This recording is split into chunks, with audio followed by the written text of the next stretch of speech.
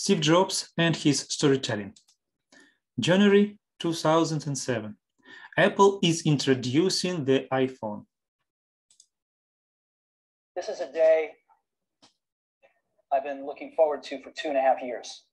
In 1984, we introduced the Macintosh. It didn't just change Apple, it changed the whole computer industry. Well, today, we're introducing is a revolutionary mobile. We are calling it iPhone. Today, only specialists remember the computer Macintosh, but everyone knows the iPhone. 2 years before, June 2005, Stanford University.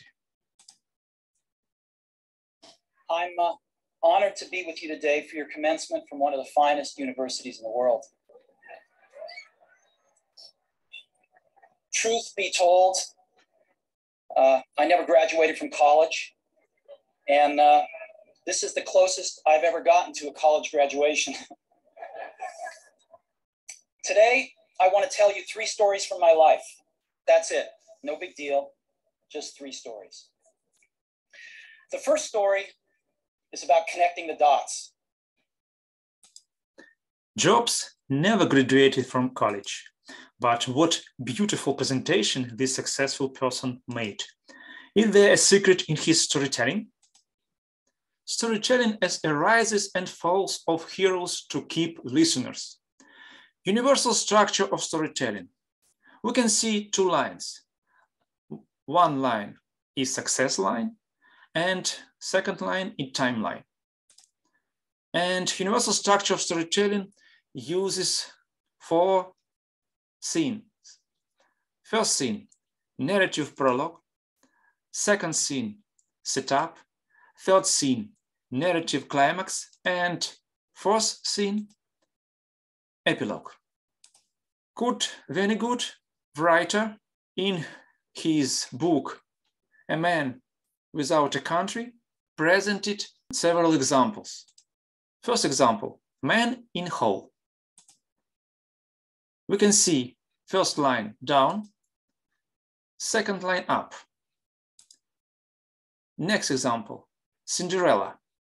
We can see first line up, second line down, third line up. Next example, boy meets girl. It's a very simple story, but we can see 3 lines, up line, down line, and up line. And last story, last example, Kafka. We can see only 1 line, down. Steve Jobs' story is about connecting the dots. Transformation from a speech to a film script. Scene 1. Listeners are transported 17 years into the past. Young college graduate student girl got pregnant. Up. Scene 2. But girl decided to put child up for adoption. College graduate student girl felt very strongly that child should be adopted by college graduates. Down. Scene 3. Everything was all set for a child to be adopted at birth by a lawyer and his wife. Maybe up. Scene 4. When a child popped out, lawyer and his wife decided at the last minute that they really wanted a girl. Down. Scene 5. Other parents who were on a waiting list are ready to take the child. Up. Scene 6. But a biological mother of child found out that nude parents had never graduated from a college or a high school, so she refused them. Down. Scene 7. A few months later, when a new parents promised that child would someday go to a college, biological mother agreed. Up. Scene 8. 17 years later, Steve chose an expensive college. Up. Scene 9.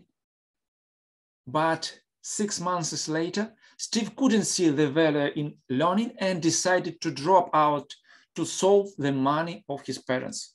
Down. Scene 10. Steve didn't have a dorm room, slept on the floor in friend's room, returned Coke bottles for the 5-cent deposits to buy food. Down. Scene 11. Steve decided to take a calligraphy class.